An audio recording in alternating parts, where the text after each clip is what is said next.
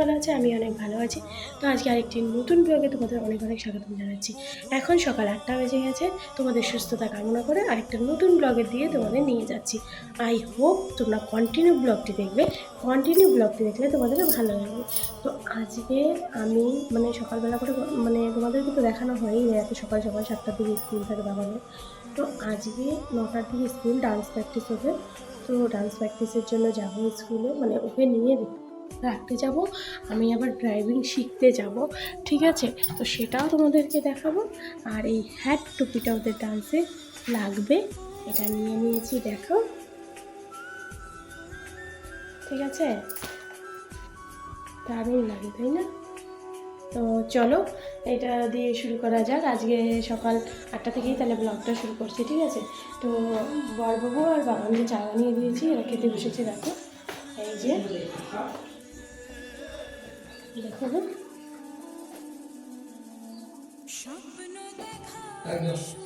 আমিও রেডি হয়ে গেছি। খালি জাস্ট উপরেরটা চেঞ্জ করবো, তারপরে চলে যাবো। ওকে, কন্টিনিউ ব্লগ দেখবে। কন্টিনিউ ব্লগ না দেখলে তোমার ভালো লাগবে বলো? চলো বাবানকে আগে স্কুলে দিয়ে আসি, ঠিক আছে? সো বন্ধু, দেখতে পেলে যেমনটা আমি তোমাদের বলেছিলাম সেরকম আমি রেডি হয়ে গেছি। রেডি হয়ে দেখতে পাচ্ছি বাবানকে ওর পাপা ভালো করে তোমাদের দাদা ভাই জুতোটা পরিয়ে দিচ্ছে। তো খুব খুশি লাগে এই মোমেন্টগুলো, অ্যাকচুয়ালি খুব ভালো একটা মোমেন্ট। যখন বড়বাবু ডিউটিতে চলে যাবে হয়তো এই মোমেন্টগুলোই আমাদের খুব মনে পড়বে। সো চলো এগুলো কথা ছোড়ো, সোজাসুজি তোমাদের নিয়ে গেলাম গাড়ির দিকে। কারণ আজকে যাবো আমরা জিপ গাড়িতে করে বাবানকে রাখতে। দেখো বাবান রেডি হয়ে গেছে, বাবানকেও একটু দেখিয়ে দিই ভালো করে। কাউ হ্যাট টপিটাও ভালো করে লাগিয়ে নিয়েছে। ওদের অ্যাকচুয়ালি ডান্স প্র্যাকটিসের জন্যই আজকে স্কুলটা, ঠিক আছে? শনিবার দিন কোনো দিনই ক্লাস হয় না। তো বড়বাবু আর ছেলে বসে তাড়াতাড়ি করে তোমাদের দাদাভাই গাড়িটাকে বের করে নেবে, যেহেতু বাবানকে স্কুলে নিয়ে যেতে হবে, যার জন্য। আর এই দিনগুলো যে কীভাবে কেটে যাচ্ছে তোমাদেরকে বলে বোঝাতে পারবো না। আর সময় না, কোনো সময় ভালো সময়গুলো দেখবে সব সময় তাড়াতাড়ি চলে যায়, খারাপ সময়গুলোই কাটতে চায় না। যেরকম বড়বাবু আছে, এখন আমাদের ফ্যামিলিটা সম্পূর্ণ লাগছে, বাট এই মুহূর্তগুলোই দেখো তোমাদের দাদা ভাইয়ের আসা হয়ে গেছে 21 দিনের মতোই হয়ে গেছে। তো ওটাই বলছি। সো চলো তাড়াতাড়ি করে বাবানকে স্কুলে দিয়ে আসি গিয়ে। তো দিয়ে আসার আগে একবার ড্রাইভ করছিল, তো আমি ভাবলাম তোমাদেরকে কেননা দেখিয়ে দিই। জিপ গাড়ি সকাল সকাল না ঠান্ডা লাগছিল, বাট ভালো লাগছিল জিপ গাড়িতে। তো ফাইনালি আমরা বাবুর স্কুলে পৌঁছে গেলাম। আমি বড়বাবু গাড়ি থেকে নামিনি, আমি আর ফারহানকে তাড়াতাড়ি করে বাবানকে আমি স্কুলের গেটে গিয়ে আমি রেখে দিয়ে আসলাম। কারণ হচ্ছে স্কুলের টাইমিং নালে লেট হয়ে যাবে, যার জন্য বাবানকে স্কুলে আমরা চলে যাব সোজাসুজি বাজারের দিকে। তোমরা দেখতেই পাবে এরকম। কিন্তু আমি যখন স্কুলে দিচ্ছিলাম বাবান তো ফটাফট চলে গেল, আমার কেন জানি না বাচ্চাকে রেখে আসতে ইচ্ছেই করছিল না, ওখানেই দাঁড়িয়ে পড়ছিলাম, ঠিক আছে? তো এটা হলো army school, Cooch Behar army school. এটা দেখো আর্মিরাও ডিউটি দিচ্ছে, তোমরা দেখে তো বুঝতেই পেরেছো যে এটা আর্মি স্কুল। তো এটাই। তারপরে আমরা বাজারের দিকে চলে গিয়েছিলাম। তো বাজারের দিকে চলে যেতে যেতে দেখলাম সকালবেলা কোনো দোকানই ছিল না। তো একটা কমলার দোকান দেখতে পেয়ে আমার বড়বাবু বলছে ছোটো ছোটো কমলা চলো তোমার জন্য কিনে দিই। আমি অ্যাকচুয়ালি বাহানা করলাম দেখে। তো বড়বাবু খুব সকাল সকাল উঠেই আমার জন্য এটা কিনে দিল। তো আমাকে খুব ভালো লেগেছে। গাড়ি থামিয়ে বাবানকে স্কুলে রেখে তারপরে আমরা খাওয়া দাওয়া শুরু করে দিলাম। সকালবেলা যেহেতু চা খেয়েছিলাম শুধু, তো ভালো লাগছিল দেখতেই। তো সকাল উঠে ঠান্ডাতেই দেখো শুরু করে দিয়েছি কমলা খাওয়া। আমার খুব ভালো লাগে এই জিনিসটা। আর ছোটো ছোটো সাইজ দেখতে কিন্তু প্রচণ্ড ভালো লাগে, সত্যি কথা যেটা। তো আমি একটু বরকেও আদুগুদু করে খাইয়ে দিলাম। তো তারপরে চলে গেলাম ড্রাইভিংয়ের দিকে। তো এই দেখো তোমাদেরকে নিয়ে আসলাম আমি ড্রাইভিংয়ের দিকে। এখন আমি চালাবো। তো বড়বাবু আমাকে গাড়ি ছেড়ে দিয়েছে, বসে আছে, বলছে তুমি একা ড্রাইভ করো। শেখাচ্ছে আমাকে, কন্টিনিউ আমাকে ড্রাইভিংটা শেখাবে। কারণ হলো ড্রাইভিং শেখার এটাই একটা চান্স। বড়বাবু বাড়িতে না থাকলে আমি শিখতে পারবো না, আমি জানি। যার কারণেই আমি তাড়াতাড়ি করে শিখে নিচ্ছি ড্রাইভিংটা। আর তোমরা সবাই একটু প্রার্থনা করো, দোয়া করো, যে যাই করো একটু আমার জন্য করো যেন আমি ড্রাইভিংটা খুব তাড়াতাড়ি শিখে নিই, ঠিক আছে? তো দেখো বড়বাবু একাই আমাকে প্রথম দিনই ছেড়ে দিয়েছে, বলে তুমি চালাও, একা চালাও, একা চালাও। দেখো একা একা ফার্স্ট টাইম তো একটু নার্ভাস ফিল হচ্ছিলো, বাট আমি ট্রাই করছিলাম নিজের বেস্ট দেওয়ার জন্য। বাট বড়বাবু বলছে যে হ্যাঁ হালকা ফুলকো শিখে গেছি, আর যদি কয়েকদিন কন্টিনিউ করি তাহলে হয়তো আমরা শিখে যাব, এইভাবে বড়বাবু বলছে। তো দেখা যাক, কালকেও হয়তো সকালবেলা আমি যাব। তো কালকে সকালে গেলেও কালকে সকালেরও সিন হয়তো কিছু না কিছু ক্লিপ দিব তোমাদেরকে। আমি কন্টিনিউ ব্লগ আমি দিতে পারছি না, এরকম হচ্ছে আমার সময়, তবুও আমি দেওয়ার চেষ্টা করছি। দেখো তোমরা কেউ আমাকে হেল্প করছো না, কেউ আমাকে একটু সাপোর্ট করছো না, এভাবে হয় না বন্ধুরা। আমার মতো অনেকজনের আছে যারা যারা বড় ইউটিউবার, তারাও কিন্তু ইউটিউবে এসেছে প্রথমত একদমই তারা ভালো একটা নিয়ে আসেনি, ভিউজ নিয়ে আসেনি, কিছু নিয়ে আসেনি, তারাও জিরো থেকে হিরো হয়েছে, তাদেরকেও তোমরা সাপোর্ট করেছো, বাট আমাকে কেউ তোমরা সাপোর্ট করছো না। এই জিনিসটা তোমরা খুবই মানে আমাকে খুব হেট করছে এই জিনিসটা। তো প্লিজ একটু আমাদের এই ছোট্ট বোনটাকে সবাই একটু সাপোর্ট করো, ছোট্ট বোনটাকে একটু সবাই একটু হেল্প করো যেন আমিও এগিয়ে যেতে পারি।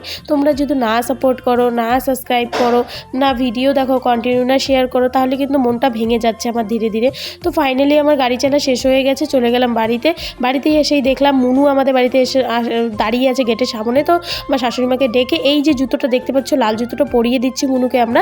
তো এই জুতোটা অ্যাকচুয়ালি আমি এনেছিলাম, তো বাজারে গিয়েছিলাম বাবানের শ্যুজ কেনার জন্য ডান্সে। তো এই জুতোটা আমার খুব পছন্দ হয়েছিল, আর ছোট্ট মিষ্টি জুতো। এই দেখো, তো মনাকে এটাই দিলাম, ভাল লাগছিল আমার। তো বড়বাবু বলছে দারুণ লাগছে জুতোগুলো দেখতে, সত্যি ছোটো বাচ্চাদের জিনিসগুলোই অমায়িক হয়, খুব সুন্দর হয়।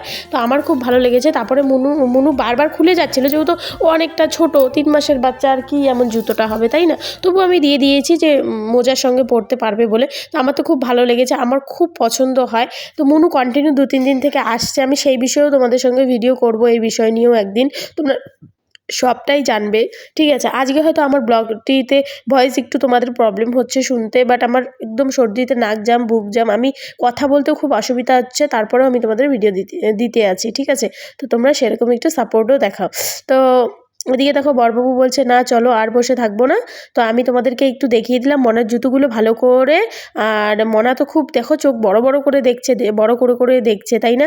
তো মনাকে নিয়ে এবার আমি চলে যাব বাইরের দিকে। তো চলো অনেক আদুগুদু করে নিলাম, চলো মনাকে বাইরের দিকে নিয়ে যে, মনার হয়তো খিদা পেয়েছিল। তো আমার তো ছোটো বাচ্চা দেখলে খুব ভালো লাগে, ঠিক আছে। অ্যাকচুয়ালি আমার জায়ের মেয়ে, এর আগের ভিডিওতে তোমাদের বলেছি। তো আমি কিন্তু বাচ্চাকে প্রচণ্ড কিস করি, ঠিক আছে। হয়তো তোমাদের প্রবলেম হতে পারে, বাট আমার না খুব আদর আসে, মানে ইচ্ছে করে, ঠিক আছে, যার জন্য আমি দেই। আমি আগে পিছে কিছু দেখি না। তো বড়বাবু এই নিয়ে আমাকে অনেক বকে। তো চলো বাইরের দিকে যাই। আর এই যে সাইডে দেখতে পাচ্ছ আমি এলাম, এটা আমার শাশুড়ি ছিল অ্যাকচুয়ালি, সেটাও তোমরা দেখবে এর পরের ব্লগে, তোমাদের দেখাবো অবশ্যই আমি আমার শাশুড়িকে। তো দেখো মনা আমার চুল টেনে ধরেছে, তা বড়বাবু এদিকে আসলো, গেটে তালা মারে দিল। আর দেখো জিপ গাড়িটা উপরে আমরা রেখে দিয়েছি। এখন বড়বাবু বলছে চলো ওকে ওর মার কাছে দিয়ে এসো, চলো আমাদের যে তরমুজ ক্ষেতটা আছে, তরমুজ ক্ষেতের ওদিকে যেতে। তো চলো তরমুজ ক্ষেতও আবাদ করেছি, তার আগে চলো মোনাকে দিয়ে এসে, ভাবছিলাম তরমুজ ক্ষেতে আজকে তোমাদেরকে নিয়ে যাব, বাট নিয়ে যাওয়া হয়নি, সরি। আমি নেক্সট একদিন ভিডিও করব তরমুজ ক্ষেত উপলক্ষেই, তোমরা দেখতে পারবে যে আমাদের তোষা নদীর পাশে বাড়ি হওয়ার কারণে আমরা কতটা তরমুজ আবাদ করেছি, কি ব্যাপার, কতটা খাটনি করতে হয়, বড়বাবু কতটা খাটনি করছে সেটাও তোমাদের দেখাবো।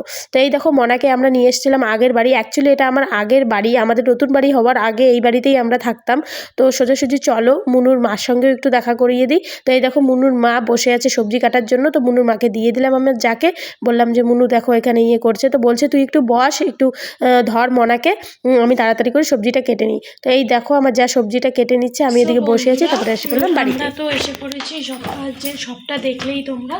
তারপরে চলে গেছিলো আমাদের মানে তরমুজ ক্ষেত আছে, সেটাও দেখাবো তোমাদের আরেকটি ব্লগে।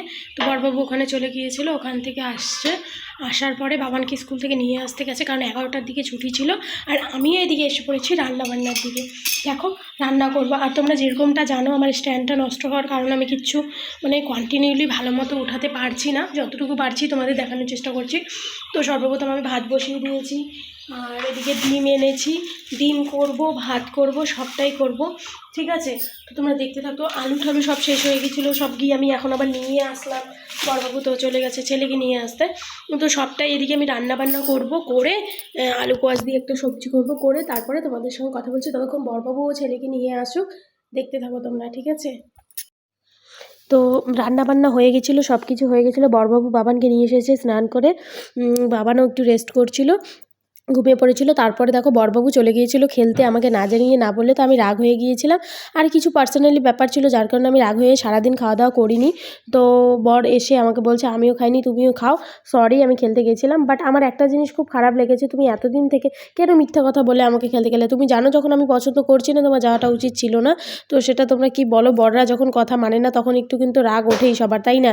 তো সেরকম আমারও একটু রাগ হয়েছে। তো আমি খাবারটা অ্যাকচুয়ালি খাইনি, তাই নিয়ে বড়বাবু একদম খেপে গিয়েছিল, জোর করে খাইয়ে দেওয়ার চেষ্টা করছিল, অনেকটা চেষ্টা করছে, বাট আমি খাইনি। আমার রাগ উঠলে আমি কাউকে মানে চিনি না, একটা কথা এটাই। সবাই তো সেম হয় না, কিন্তু আমি একদমই অন্যরকম, মানে রাগ উঠলে আমি কাউকেই চিনি না, এরকম একটা ব্যাপার হয়ে যায় আমার সঙ্গে। সো দেখো অনেকটা চেষ্টা করছে, বাট আমি খাইনি। আমার মনে খুব দুঃখ লেগেছে। আমি বলেছিলাম যে যেতে না, যেহেতু উনি জানে তোমাদের দাদাভাই যে রাগ করব, এতদিন বাদে আসে, তারপরেও খেলতে গেছে, পায়ে তো প্রচণ্ড ব্যথা পাবে আমি জানি, যার কারণে আমি বলেছিলাম যেতে না। আর জিতেও আসে না, ফালতু ফালতু 15,000 20,000 লাগিয়ে এন্ট্রি ফিস দেওয়া, মানে এন্ট্রি করার জন্যই 10,000 15,000 দিতে হয়। তাহলে আমরা কেন ফালতু ফালতু খেলতে যাব বলো, এত ফালতু করে। এই জিনিসগুলো আমার খুব বাজে লাগে। তো এই কথা নিয়ে রাগারাগি হয়ে গেছিলো। বড়বাবু রেডি হয়ে গেছিলো, খাওয়া দাওয়া করে নিয়েছিল একাই, আমি করিনি। তো লেগে গেছিলো আমাদের ঝগড়াটা দেখো কিরকম লেগেছিল। তোমার হাতটা আমি ভেঙে দিব। করবে করবে আর করবে করবে করবে তুমি তুমি তুমি করবে করবে তুমি তুমি করবে করবে করবে করবে তুমি করবে তুমি করবে করবে তুমি করবে আর করবে তুমি করবে।